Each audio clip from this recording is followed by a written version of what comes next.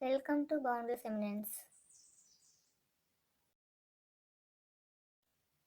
அறிவு என்பது கடல் போன்றது.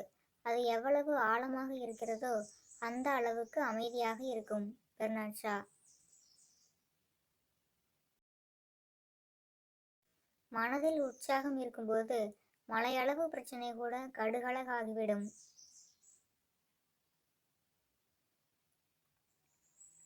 நான் விளக்க முடியாத அளவுக்கு பைத்தியக்காரன்.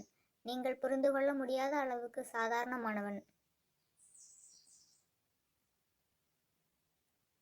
விமர்சனங்களை காதில் வாங்காதீர்கள்.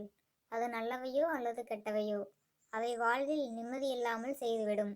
குறை கூறுபவர்கள் கூறிக்கொண்டே இருக்கட்டும். மற்றவங்க பொறாமைப்படுற அளவுக்கு வாழணும்னு அவசியம் இல்லை. பெத்தவங்க பெருமைப்படுற அளவுக்கு வாழ்ந்தாலே போதும்.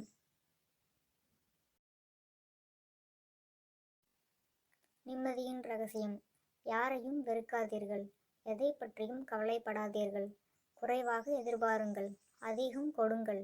எப்போதும் சிரியுங்கள், எப்போதும் இறைவனை நினையுங்கள்.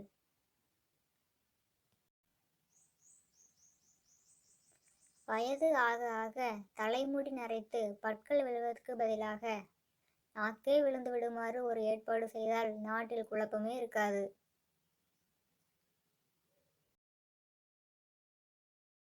சுருக்கங்கள் விழ வேண்டுமானால் நெற்றியில் விழட்டும், இதயத்தில் விழ வேண்டாம்.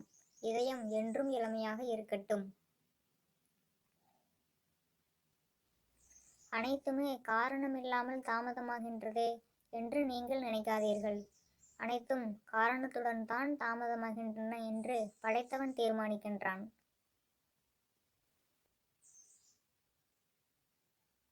வார்த்தை எப்பொழுதெல்லாம் எல்லை மீறுகிறதோ அப்பொழுதெல்லாம் மௌனமாய் இருங்கள். வார்த்தைகளால் வாழ்க்கையை இழந்தவர்கள் ஏராளம்.